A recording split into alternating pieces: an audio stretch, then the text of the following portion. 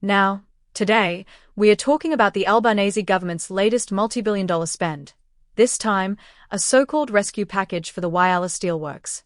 It's yet another massive taxpayer-funded bailout, and the big question is, will it actually work, or is this just another case of politicians throwing money at a problem they don't understand?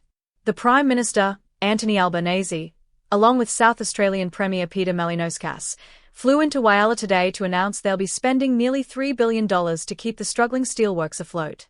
Yes, you heard that right, billions, not millions. They stood in front of workers, smiling and nodding, assuring them this would secure the future of steelmaking in Australia.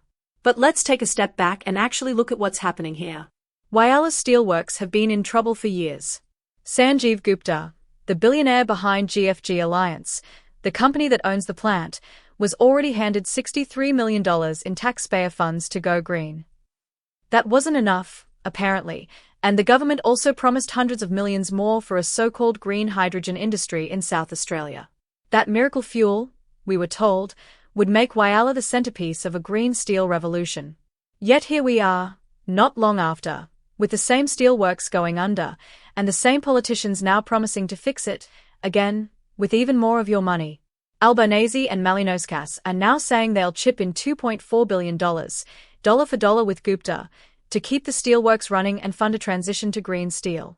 They are calling it an investment in our nation, not a cost. Well, that's one way to put it.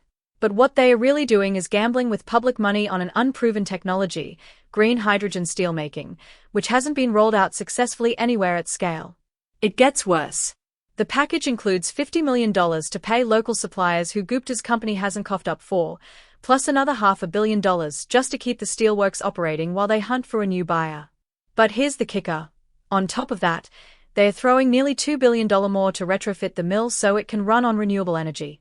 Expensive renewable energy to produce expensive so-called green steel, which they reckon someone will actually want to buy. Now, let's be real for a second. Who in their right mind would pay top dollar for green steel when the market is flooded with cheap imports from China? The government is banking on some big-shot buyers being willing to fork out for this product, but that's a massive gamble. And if they get it wrong, guess who's left holding the bill? You, the taxpayer. And that's the real issue here.